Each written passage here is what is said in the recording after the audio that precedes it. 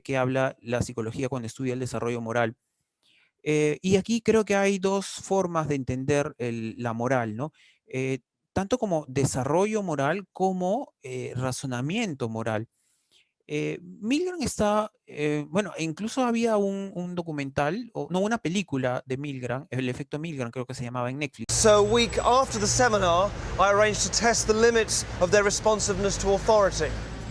So, a week ago, I arranged for them to take part in what they now think is a piece of unfilmed academic research at a university and nothing to do with the show, supposedly looking into the effects of punishment on learning. And they believe now that this is part of their growth process. In fact, it was a reenactment of a powerful experiment conducted by Stanley Milgram in 1963 to look at how normal people can commit atrocious acts simply because they're following orders. Milgram's parents were Jewish refugees in World War II, and his pioneering work speaks volumes about the nature of responsibility. It's being filmed with covert cameras. Thank you. Come in. They're introduced to an actor pretending to be another participant. You didn't come from the same room? No. You don't know each other, so No. But we don't actually know how punishment affects learning. After a brief introduction, our subjects are tricked into thinking they've chosen their role as teachers in the experiment. And if you could just tell me what your positions are? Learner. Learner and teacher. Learner. Our subjects observe the learner being instructed by the scientist, who is just another actor. This electrode is connected to a generator in a second room where we'll be going with the teacher. Okay. Just make sure that we have a good contact with the skin and so it doesn't cause any blistering or burning. Is that comfortable? That's okay, yeah. Yeah, and we just place these straps around your arms just to avoid any excess movement.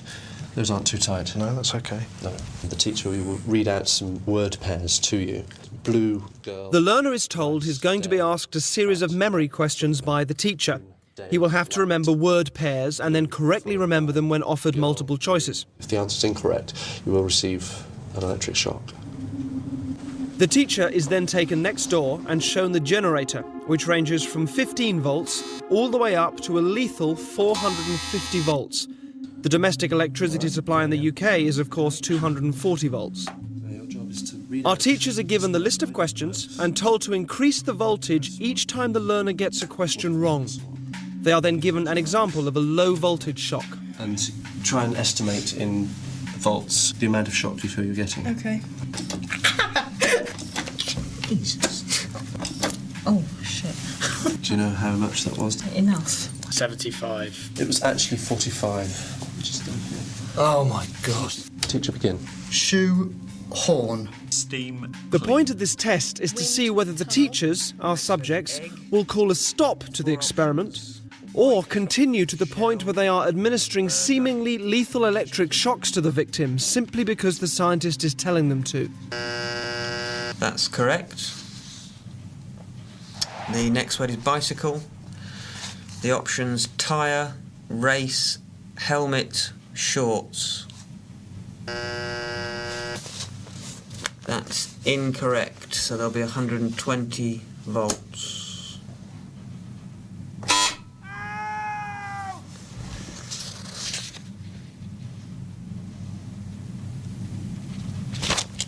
I don't think I want to do this anymore. If you could continue, please, teacher.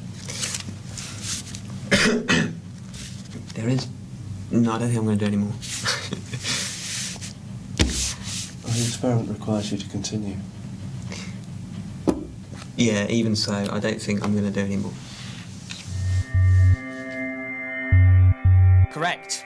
The captain. According to plan, our accomplice provided many wrong answers. Each protest was coordinated to a particular shock voltage on the generator, and his responses were played via a CD. That's wrong. 150 volts. The correct answer is Captain Shoe. Cup. That's wrong. 225 volts. Take it off! I've had enough of this!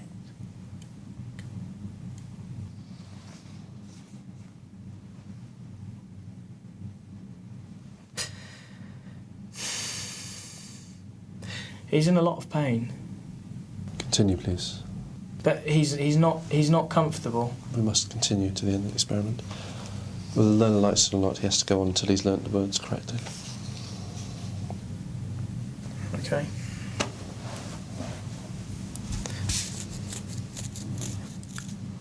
Forest. That's wrong. 240 volts.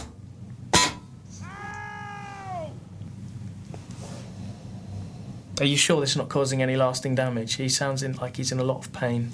Well, the shocks might be painful, they're not harmful. What does that mean, though? They're not harmful.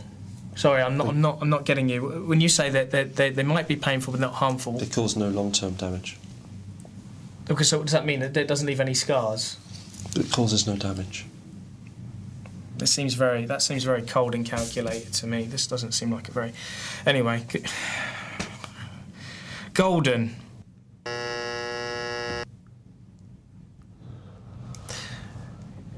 That's wrong, mate. 300 volts. Ow! That's enough! I refuse to answer anymore. Just let me out! Staple. The options are diet, jar, balcony, and bowl.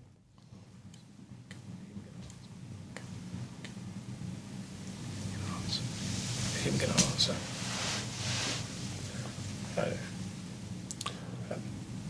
If the learner doesn't answer in a reasonable time, say 4 to 5 seconds, then you have to treat the answer as wrong and follow that procedure.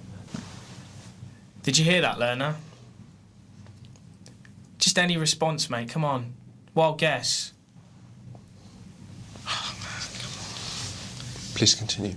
345 volts if you're still with me. I'm sorry. I can't do this, honestly. Can we stop this experiment? Because I can't do this. If you don't continue, we'll have to discontinue the experiment. Yeah, okay, fine. That's fine. I'm not going to do this. Incorrect. 405 volts.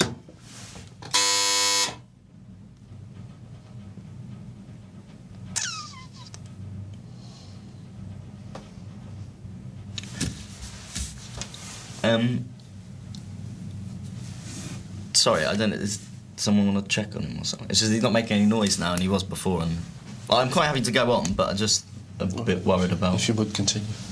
Yeah, I'm just a bit worried because he was like he was like complaining before about the. But no harm will come to him. But he's not making any noise now. It's essential that we continue with the experiment.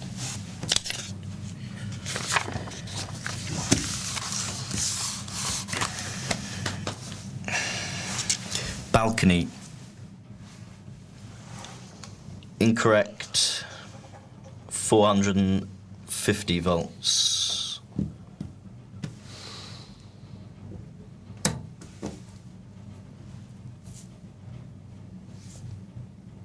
You promise he's not. It won't. Please continue with the procedure. You say it hurts, but it's because it's like it says they're dangerous in a shot. It'll be all right. Yeah. Please continue.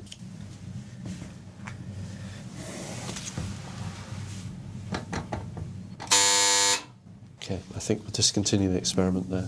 All of the subjects were told the true nature of the experiment was to see how they would respond to authority, and that it would eventually form part of this show. He is okay. I can tell you, yeah, he's absolutely fine. You actually weren't administering electric shocks to him at all. He is. Wind, bird. In the original Milgram experiment, psychologists were asked to predict how many people would continue to the point that they were administering the highest shock on the board. Their prediction was 0.1%. They were wrong. The results of our experiment were almost identical to the original. Over 50% of participants continued up to 450 volts. The majority of people will administer lethal electric shocks just because a guy in a white coat is telling them to. 450 volts. 450 volts. 450 volts. 450. Donde nos cuenta que es un poco lo que estaba queriendo hacer, ¿no? Interesaba indagar por el nivel de obediencia de las personas, ¿no? Y su experimento se basaba básicamente en jugar con dos personas, ¿no? En realidad, de esas dos personas, solamente una era el sujeto experimental, ¿no? El otro te hacían creer que también era parte del experimento, pero era parte del equipo, ¿no? Y lo separaban y la idea era que a una de ellas le hacían creer que la otra estaba conectada a electricidad, ¿no? Y que ella, ¿no? Debía de resolver una serie de preguntas y que cada vez que se equivocara, el sujeto experimental debía de darle una descarga que conforme avanzaban los errores se iba aumentando. Entonces, en algún momento, el que supuestamente estaba conectado a electricidad gritaba y pedía que paren el experimento y solamente bastaba con que un sujeto de bata blanca le dijese al otro que continuara, ¿no? Para que efectivamente haya una suerte de obediencia ciega. ¿Esto no le suena un poquito a lo que mencionó precisamente Eichmann en Israel, ¿no? Es decir, una suerte de yo ya pues hago lo que me dicen. Milgram exploraba, ¿no? El hecho de cómo es posible que la gente pueda obedecer, ¿no? Incluso cuando esa orden que le dan o esa, digamos, directiva que le daban, porque era una directiva, ¿no? O sea, siempre había la posibilidad de negarse. No, ¿sabes qué? Está sufriendo la otra persona, no quiero continuar en esto. Pero bastaba con que el sujeto de bata blanca le dijese, debes de continuar para que el sujeto continúe hasta el final, ¿no? La gran mayoría de participantes de este experimento continuaron hasta el final. Es exactamente lo mismo que planteaba Eichmann, ¿no? Eichmann, que él obedecía órdenes, ¿no? Bueno, ahí hay una discusión nuevamente ética, ¿no? ¿Por qué? Porque lo que haya Milgram y lo que podemos discutir nosotros es en qué medida nosotros estamos dispuestos a cumplir ciertas órdenes o seguir ciertas órdenes, tanto de bata blanca como que suponemos que están, ya, ojo con ello, ¿no? Incluso en perjuicio de otras personas, ¿ya? En el fondo, eso es lo que hay que discutir con el experimento de Milgram, ¿no? Y esto supone, ¿no? Supone que es necesario pensar qué es lo que guía tu comportamiento en términos de desarrollo moral, ¿ya? Claro, si yo les dijese ahorita, bueno, tienen que ir y de repente jalarle el pelo con fuerza a, no sé, a con quien estén viviendo, obviamente ninguno me va a hacer caso, ¿no?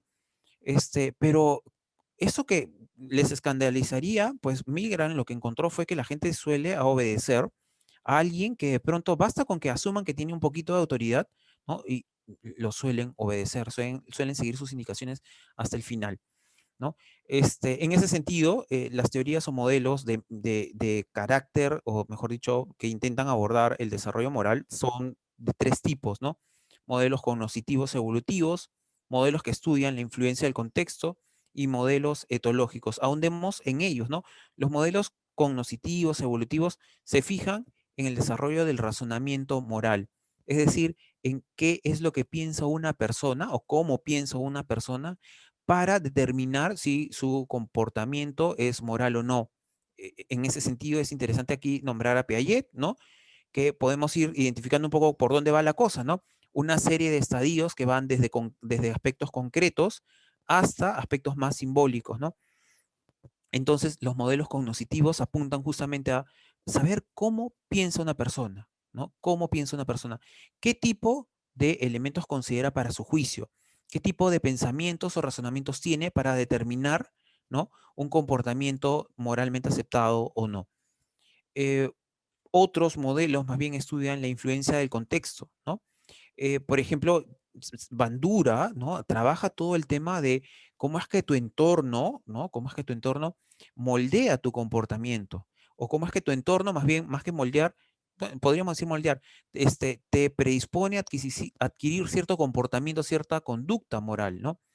Hay otros autores, ¿no? Más desde una perspectiva sociohistórica, cultural, que hablan de la influencia de valores culturales, ¿no? Una suerte de ejercicio de interacción entre la comunidad, sus valores, ¿no? Sus discursos que van determinando, ¿no? O van predisponiendo a la adquisición de ciertas conductas y formas de pensar en términos de comportamiento, ¿no?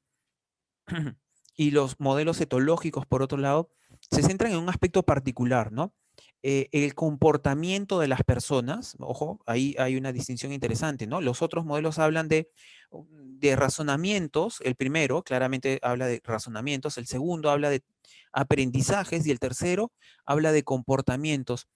Comportamientos que pueden ser altruistas o agresivos, ¿no? En ese sentido, por ejemplo, estos modelos se sostienen de la observación en otras especies, para que vean que de pronto la psicología también tiene que mirar lo que ocurre en otras especies. En algunas especies hay comportamientos altruistas, ¿no? Cuando la manada va avanzando, ¿no? Hay algunos individuos de la, digamos, de la manada que se sacrifican por el resto de la manada, ¿no? Las hormigas se comportan de la misma manera, las abejas igual, ¿no? Hay individuos dentro de la colmena, ¿no? O dentro del grupo de hormigas, que se disponen a morir, pero con tal de salvar a la colectividad, ¿no? Entonces, este comportamiento altruista también se podría observar en los seres humanos.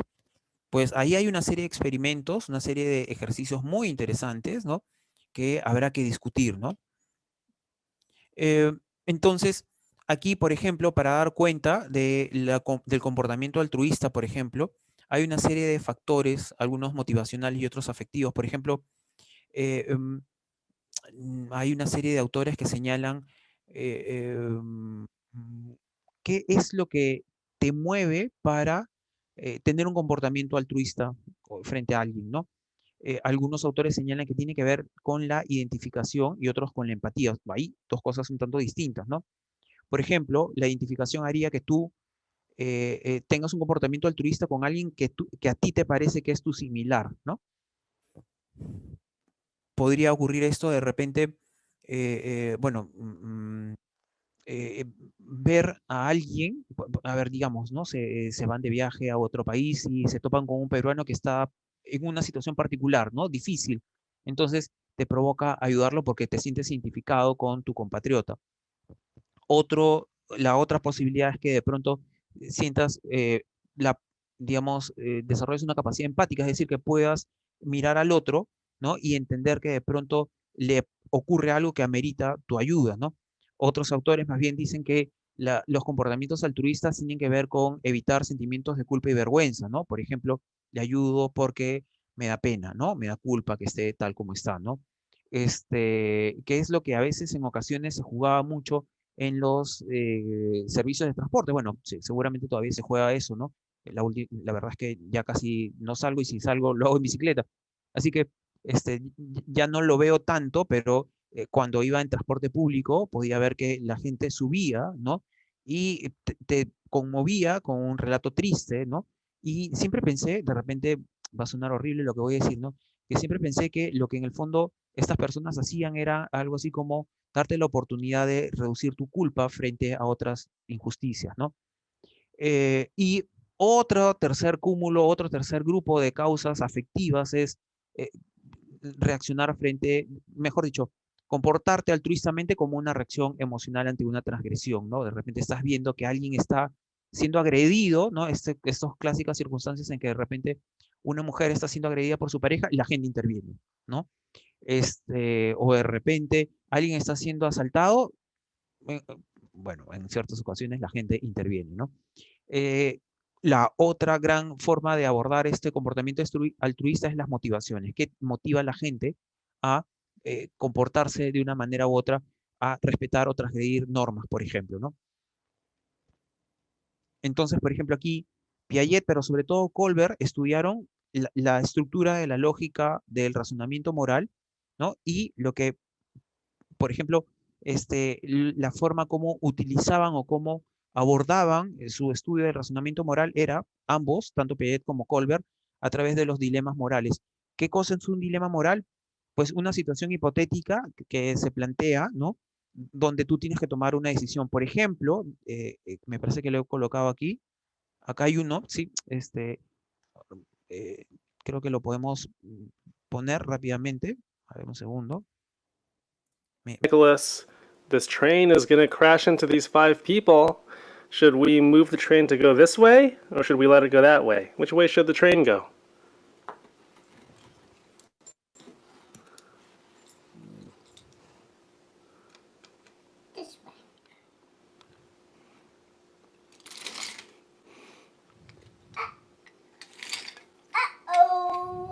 Ese es un dilema moral.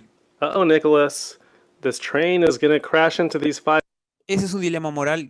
No sé si habían visto, habían escuchado antes este tipo de circunstancias.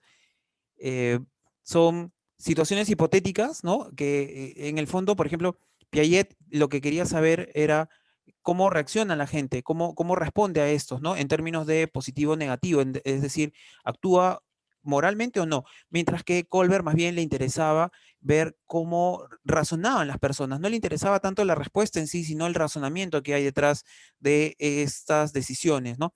En ese sentido, para mi gusto, Colbert tenía un acercamiento mucho más interesante que el de Piaget, y a partir de ello, Colbert propone una serie de estadios, ¿no? Una serie de etapas, que yo las resumiría, la de Piaget la estamos viendo ahora, pero me parece muchísimo más interesante la de Colbert, que yo la resumiría como 3 niveles, ¿no? La preconvencional, la convencional y la postconvencional. En la preconvencional hay una suerte de mirada egocéntrica, es decir, tú actúas en función a lo que tú consideras pertinente. En la etapa convencional hay más bien un comportamiento en base a las reglas. Actúas en función a una regla, ¿no? De pronto, tu comportamiento, si percibe que la ruptura de la regla genera un castigo, entonces no rompes la regla, ¿no? Es como la clásica de me paso la luz roja si es que hay policía, ¿no? Al revés, ¿no? No me paso la luz roja si es que hay policía. Pero si no hay policía, me puedo pasar la luz roja, ¿no? Pero en el tercer nivel, en el nivel postconvencional, el comportamiento se guía en función a valores, ¿no? Es decir, por ejemplo, ya haya o no haya policía, yo no me voy a pasar la luz roja. ¿Por qué? Porque es la regla, ¿no? Es decir, es como que he interiorizado la regla. Colbert diría que muy pocas personas llegan al nivel postconvencional, que de hecho la gran mayoría de personas se mueven en lo convencional, es decir, en el cumplimiento de la norma por el temor al castigo, ¿no? Entonces, ahí hay una propuesta muy interesante, la de Colbert, pero debo de contarles que la propuesta de Colbert fue fuertemente criticada, ¿no? Por, ya me olvidé el nombre, fue una psicóloga, si mal no recuerdo, se llamaba Dana, pero ahorita no lo recuerdo, en un ratito más lo reviso. Pero además, el trabajo de Colbert fue criticado y curiosamente, Colbert tuvo un final que es muy particular, ¿no? Se suicidó. Esto no es una anécdota, es más que nada una suerte de ironía, ¿no? Colbert discutiendo el tema de lo convencional, lo postconvencional, los valores, ¿no? La gente podría decir, bueno, el valor supremo máximo siempre es la vida, entonces esta persona termina actuando no de forma postconvencional, sino, no sé, hasta ahí me detengo, no sabría muy bien qué más señalar, ¿no? Tengo posturas muy complejas, aún no termino de cantarme por una discusión sobre el suicidio, ¿no?